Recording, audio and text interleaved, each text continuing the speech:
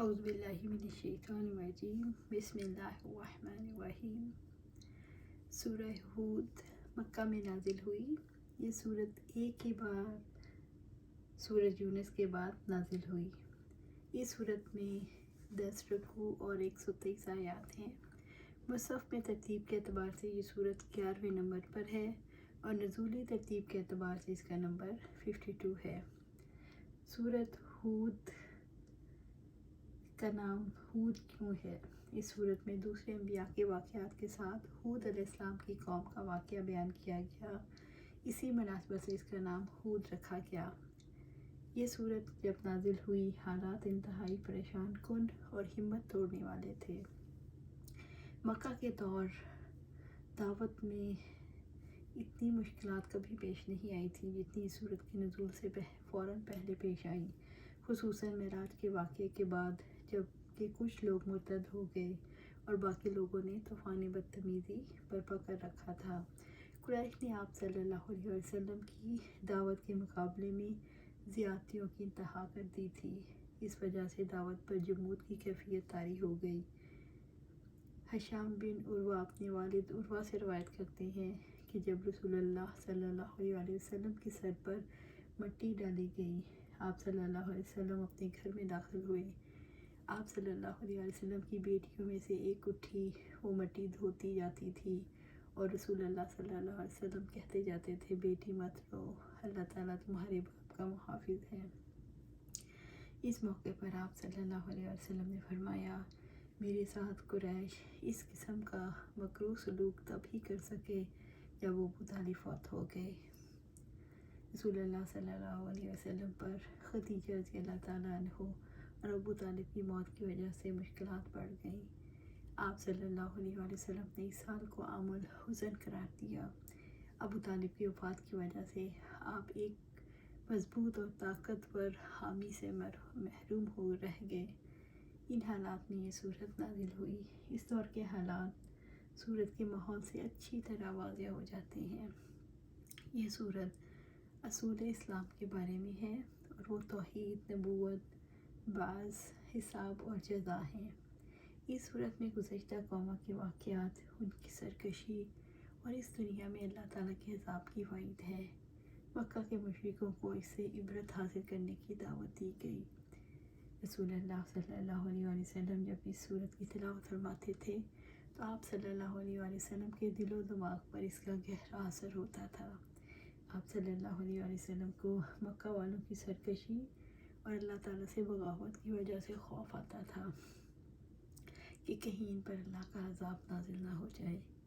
ابوبکر رضی اللہ تعالیٰ عنہ فرماتے ہیں، میں نے پوچھا، یا رسول اللہ صلی اللہ علیہ وسلم، آپ صلی اللہ علیہ وسلم کو کس چیز نے بوڑھا کر دیا؟ فرمایا، ہود، واقعہ، النباء اور تکویر نے۔ آیا سورت شروع کرتے ہیں۔ اعوذ باللہ من الشیطان الرجیم، بسم اللہ الرحمن الرحیم۔ الف لام را، کتاب احکمت آیاتہ ثم فصلت من لدن حکیم خبیر۔ الف لام را۔ ان حروف مقطعات کے بارے میں بہترین رائے یہی ہے کہ ان کا مقصود حقیقی اللہ تعالیٰ کے علاوہ کوئی نہیں جانتا۔ کتاب، یہ عظیم کتاب اللہ تعالیٰ کا احسان ہے۔ احکمت آیاتہ، جس کی آیات پختہ کی گئی ہیں۔ یہ کتاب اوامر و نواہی میں پختہ ہے۔ اللہ تعالیٰ نے اسے باطل کے مقابلے میں مضبوط کیا، یعنی اس کی آیات کو محکم طریقے سے بیان کیا گیا۔ اس کے الفاظ اور معنی محکم ہیں اور اس کی خبریں سچی ہیں۔ ثم فصلت، پھر تفصیل سے بیان کی گئی ہیں، یعنی اس کے معنی کو بہترین طریقے سے کھول کھول کر بیان کیا گیا ہے، یعنی اس کے احکامات، قصص، نصیحتیں اور قسم قسم کی ہدایات من لدن حکیم، کمال حکمت والے کی طرف سے، یعنی یہ اس حکیم کا کلام ہے جس کا ہر کام حکمت کا سرچشمہ ہے۔ عمر رضی اللہ تعالیٰ عنہ نے فرمایا کہ آپ صلی اللہ علیہ وسلم نے فرمایا، اللہ تعالیٰ اسی کتاب کے ذریعے لوگوں کو بلند کرتا ہے اور اسی کتاب کے ذریعے لوگوں کو پست اور ذلیل کرتا ہے۔ تمام اشیاء کو ان کے مناسب مقام پر رکھتا ہے اور ان کے لائق جگہ پر ان کو نازل کرتا ہے۔ صرف اسی چیز کا حکم دیتا ہے اور اسی چیز سے روکتا ہے جس کا تقاضا اس کی حکمت کرتی ہے۔ خبیرن، پوری خبر رکھنے والا، جو ظاہر اور باطن کی خبر رکھتا ہے۔ کتاب کو اسی ہستی نے نازل کیا ہے جو ہر چیز کی حکمت کو جاننے والا ہے۔ اس کے مناسب وقت پر انسان کی ضروریات کے عین مطابق کتاب نازل کی ہے۔ کتاب کو اس ہستی نے نازل کیا ہے جو خبیر ہے، یعنی ہر چیز کی خبر رکھنے والا ہے۔ اس خبردار نے انسان کو اس کے انجام سے خبردار کرنے کے لیے کتاب بھیجی۔ قرآن کریم کی ہر آیت اور ہر سورت اپنے اندر بنی نوع انسان کے لیے کوئی نہ کوئی خیر لیے ہوئے ہے، اور ایسا کیوں نہ ہو، یہ کتاب اس ذات واحد کی نازل کردہ ہے جس کا ہر فعل حکمت پر مبنی ہے اور جو ہر بات کی خبر رکھتا ہے۔ کتاب کی آیات محکم کرنے سے کیا مراد ہے؟ اس سے مراد ہے کتاب کی آیات مضبوط کی گئی ہیں، اگرچہ وہ ایسے الفاظ سے بنی ہیں جو لوگوں کی دسترس میں ہیں، لیکن لوگ ایسی آیات بنانے سے عاجز ہیں۔ کتاب کی آیات مربوط ہیں، کتاب کا ہر حکم بامقصد ہے، کتاب کی ہر ہدایت انسانوں کی ضرورت ہے۔ اللہ تعبدوا الا اللہ اننی لکم منہ نذیر و بشیر۔ یہ کہ تم اللہ تعالیٰ کے سوا کسی کی عبادت نہ کرو، بلا شبہ میں اس کی طرف سے ایک ڈرانے والا اور خوشخبری دینے والا ہوں۔ سورۃ ہود آیات 2۔ اللہ تعالیٰ نے کتاب نازل کی اور پختہ احکامات نازل کیے، احکامات کو تفصیل سے بیان کیا تاکہ اس کے سوا تم کسی کی عبادت نہ کرو، اس کے سوا کوئی معبود حقیقی نہیں اور اس کے سوا کسی کی عبادت نفع نہیں دے سکتی۔ ہر رسول کی وہی دعوت تھی جو نبی صلی اللہ علیہ وسلم نے دی۔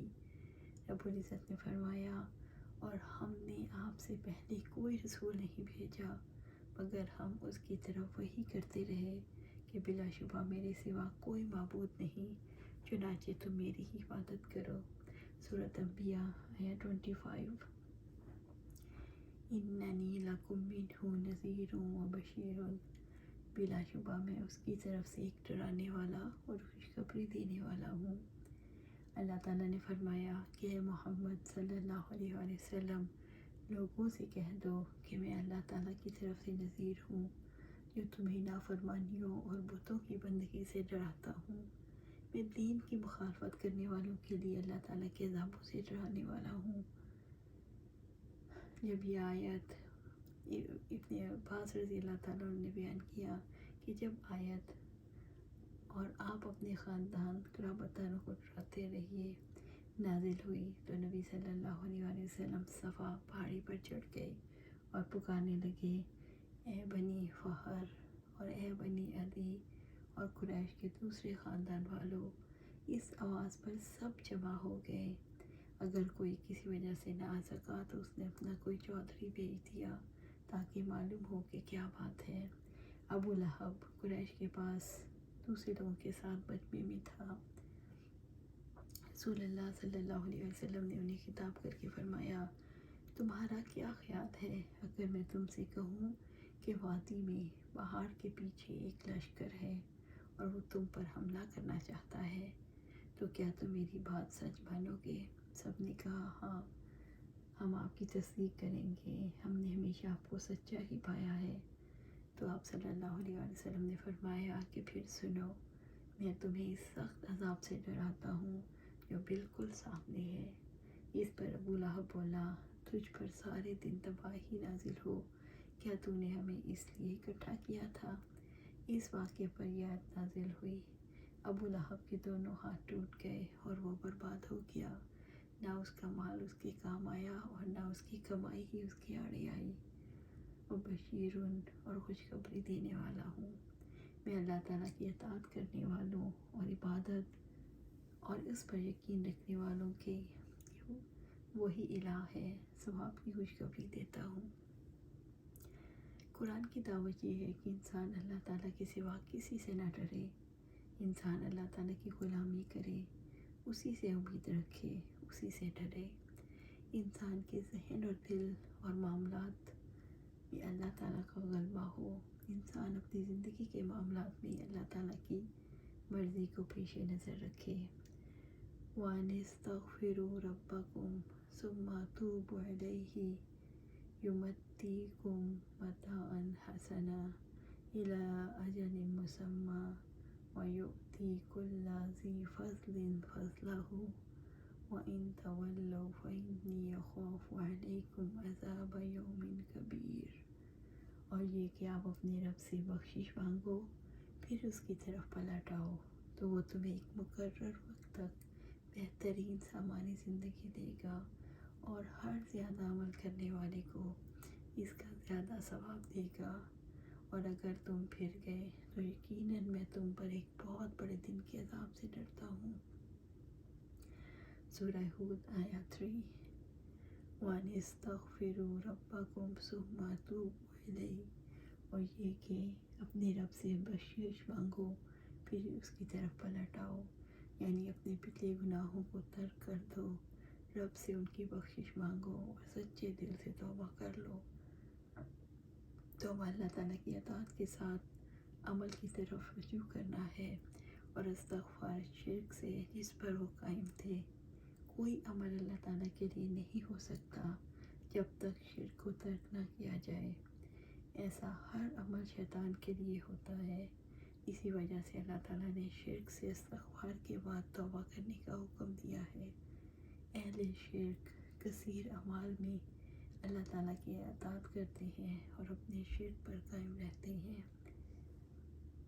آپ صلی اللہ علیہ وسلم نے فرمایا، میرے دل پر کبھی کبھی غفلت آ جاتی ہے، اسی وجہ سے میں دن میں 100 مرتبہ اللہ سے استغفار کرتا ہوں۔ یُمَتِّعْکُم مَتَاعًا حَسَنًا، وہ تمہیں بہترین سامان زندگی دے گا، یعنی جب تم اپنے رب سے استغفار کر کے توبہ کرو گے، وہ تمہاری دنیا کے رزق میں وسعت دے گا، وہ تمہیں ایسا رزق دے گا جس سے تمہیں فائدہ ہوگا، اِلیٰ اجل مسمى، ایک مقرر وقت تک، یعنی وفات تک۔ اللہ رب العزت نے اس وعدے کو یوں فرمایا، جو شخص نیک عمل کرے، خواہ مرد ہو یا عورت، اور وہ مومن ہو، تو اسے ہم ضرور زندگی دیں گے، پاکیزہ زندگی، اور ہم ضرور بدلے میں ان کا اجر زیادہ اچھا دیں گے جو وہ عمل کرتے تھے۔ سورۃ النحل آیت 97۔ رب العزت کی جانب سے شریعت پر عمل کرنے سے دنیا اور آخرت میں انعامات عطا کیے جاتے ہیں۔ وَيُؤْتِي كُلَّ ذِي فَضْلٍ فَضْلَهُ، اور ہر زیادہ عمل کرنے والے کو اس کا زیادہ ثواب دے گا۔ اس سے مراد آخرت کا اجر ہے، یعنی وہ نیکی کرنے والوں کو اپنے فضل و کرم سے نوازے گا، انہیں ان کی پسندیدہ چیزیں عطا کی جائیں گی اور ناپسندیدہ کو ان سے دور کر دیا جائے گا۔ اللہ تعالیٰ ان کے احسن اعمال کی وجہ سے بہترین بدلہ عطا فرمائیں گے۔ وَإِن تَوَلَّوْا، اور اگر تم پھر گئے، رب العزت نے توبہ، استغفار اور عبادت میں اخلاص سے منہ موڑنے والے کو دھمکی دی ہے۔ اگر تم نے دعوت سے منہ موڑا، وَإِنِّي أَخَافُ عَلَيْكُمْ عَذَابَ يَوْمٍ كَبِيرٍ، تو یقیناً تم پر ایک بہت بڑے دن کے عذاب سے ڈرتا ہوں۔ اس میں اللہ تعالیٰ کے احکامات سے منہ موڑنے والوں کے لیے شدید وعید ہے۔ جو رسولوں کو جھٹلاتے ہیں، انہیں قیامت کے دن لامحالہ عذاب پہنچے گا۔ اپنے رب سے معافی چاہنے اور پلٹ آنے کی دعوت کیوں دی گئی؟ انسان خطا کار ہے، خطاؤں کے چکر میں پھنس جاتا ہے۔ اللہ تعالیٰ نے برائی کے چکر سے نکالا ہے کہ اللہ تعالیٰ کی طرف پلٹ آؤ۔ انسان کہاں سے اللہ تعالیٰ کی طرف پلٹ سکتا ہے؟ انسان شرک، کفر، ظلم اور نافرمانی کو چھوڑ کر اللہ کی طرف پلٹ سکتا ہے۔ اللہ تعالیٰ صالح زندگی بسر کرنے والوں کو متاع حسن کا وعدہ دیتے ہیں۔ انسان کو یہ متاع حسن کیسے نصیب ہوتا ہے؟ جب کسی معاشرے میں صالح نظام زندگی نافذ کیا جائے جس کی بنیاد اللہ تعالیٰ کے تعلق پر ہو، جس میں اللہ تعالیٰ کی فرما برداری ہو، جس میں اللہ تعالیٰ کا قانون چلتا ہو، جس میں انسان اچھے کردار کے مالک ہو، ایسا معاشرہ ترقی یافتہ ہو جاتا ہے۔ ایسے معاشرے میں ہر فرد کو اس کی محنت کے مطابق اجرت ملتی ہے۔ ایسے معاشرے کو معاشی خوشحالی نصیب ہوتی ہے، زندگی کی وافر سہولیات ملتی ہیں، اور اللہ تعالیٰ کا متاع حسن کا وعدہ ان کے حق میں پورا ہو جاتا ہے۔ کسی معاشرے میں نیک توبہ و استغفار کرنے والے افراد اگر تنگی توشی سے زندگی بسر کر رہے ہوں، تب انہیں متاع حسن کیسے نصیب ہوتا ہے؟ جس معاشرے میں نیک اور توبہ کرنے والے، استغفار کرنے والے لوگ تنگی توشی سے زندگی بسر کر رہے ہیں، تو لازمی طور پر ہم کہہ سکتے ہیں اس معاشرے کی بنیاد اللہ تعالیٰ کی ایمان پر تعمیر نہیں ہوئی ہوگی، اور اس کا نظام غیر عادلانہ ہوگا۔ ایسے معاشرے میں اگر نیک لوگوں پر ظلم ڈھایا جا رہا ہو، ناانصافیاں کی جا رہی ہوں، تب بھی یہ کہا جا سکتا ہے کہ اچھی زندگی بسر کر رہے ہیں، کیونکہ اللہ تعالیٰ سے تعلق، دل کا اطمینان، اللہ تعالیٰ کے فضل کرم کی امید بہترین ساز و سامان ہے۔ یہ روحانی دولت زیادہ بڑا متاع حسن ہے۔ لوگ دعوت سے کیوں منہ موڑتے ہیں؟ جو انسان اپنی ذات کی بڑائی میں جیتے ہیں، اللہ تعالیٰ کے سوا دوسروں کی یادوں کو دل میں بساتے ہیں، سرکشی کا رویہ اختیار کرتے ہیں، حسد، مصلحت پرستی، گروہ پرستی اور تکبر میں جیتے ہیں۔ دعوت قبول نہ کرنے والا خود پر کیا ظلم کرتا ہے؟ دعوت قبول نہ کرنے والا اپنی روح کو وحی الہی کی تربیت سے محروم کر دیتا ہے۔ اس طرح اس کی روح بیمار ہو جاتی ہے، اور آخرت میں اس بیمار روح کو جہنم میں پھینک دیا جائے گا۔ اللہم اجرنا من النار۔ الی اللہ مرجعکم وہو علی کل شیء قدیر۔ اللہ تعالیٰ ہی کی طرف تمہارا لوٹنا ہے، وہ ہر چیز پر پوری قدرت رکھنے والا ہے۔ سورہ ہود آیہ 4۔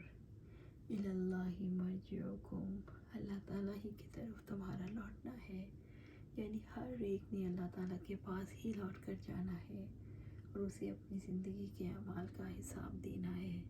وہ سب کو ان کے اعمال کا بدلہ دے گا، نیک اعمال پر اچھا بدلہ اور برے اعمال پر برا بدلہ۔ وَهُوَ عَلَىٰ كُلِّ شَيْءٍ قَدِيرٌ، اور وہ ہر چیز پر پوری قدرت رکھنے والا ہے، یعنی وہ اپنے اولیاء پر احسان کرنے کی اور اپنے دشمنوں سے انتقام لینے کی اور قیامت کے دن مخلوقات کو لوٹانے کی پوری قدرت رکھتا ہے۔ اور یہ سخت ڈراوے کا مقام ہے، جیسے ہر ذی فضل کو اس کا فضل دے گا، ترغیب کا مقام ہے۔ رب العزت نے فرمایا، جن لوگوں نے کفر کیا انہوں نے گمان کیا کہ وہ ہرگز نہیں اٹھائے جائیں گے۔ آپ کہہ دیجئے کیوں نہیں، میرے رب کی قسم تم ضرور اٹھائے جاؤ گے، پھر جو کچھ تم نے کیا تمہیں ضرور بتایا جائے گا، اور اللہ تعالیٰ پر یہ بہت آسان ہے۔ سورۃ التغابن آیہ 7۔ ابن عباس رضی اللہ تعالیٰ عنہ سے روایت ہے، آپ فرماتے ہیں کہ عاص بن وائل نبی صلی اللہ علیہ وسلم کے پاس ایک بوسیدہ ہڈی لے کر آئے، اسے ریزہ ریزہ کر کے کہنے لگا، اے محمد صلی اللہ علیہ وسلم، کیا اللہ تعالیٰ اس ہڈی کو اس کے ریزہ ریزہ ہونے کے بعد دوبارہ زندہ کرے گا؟ آپ صلی اللہ علیہ وسلم نے فرمایا، ہاں، اللہ تعالیٰ اسے دوبارہ زندہ کرے گا، وہ تمہیں موت دے گا، پھر تمہیں زندہ کرے گا، پھر تمہیں جہنم کی آگ میں ڈالے گا۔ اللہ تعالیٰ ہر چیز پر قدرت رکھتا ہے۔ اس امر کی دلیل ہے کہ وہ مردوں کو زندہ کرنے پر قادر ہے۔ اللہ سبحانہ تعالیٰ اس کا فہم، اس پر توکل، اس کو ہمارے دلوں کے اندر یقین ایسا پختہ کر دے کہ ہم قرآن و سنت کے مطابق زندگیاں گزاریں، اور ہم دین کو قائم کرنے کی کوشش کریں، اپنے زندگیوں میں دین کو قائم کریں اور اقامت دین کے لیے سرگرداں رہیں۔ اللہ سبحانہ تعالیٰ سے دعا ہے کہ ہمیں قرآن و سنت پر عمل کرنے کی توفیق عطا فرمائے اور اس پر استقامت عطا فرمائے۔ آمین یا رب العالمین.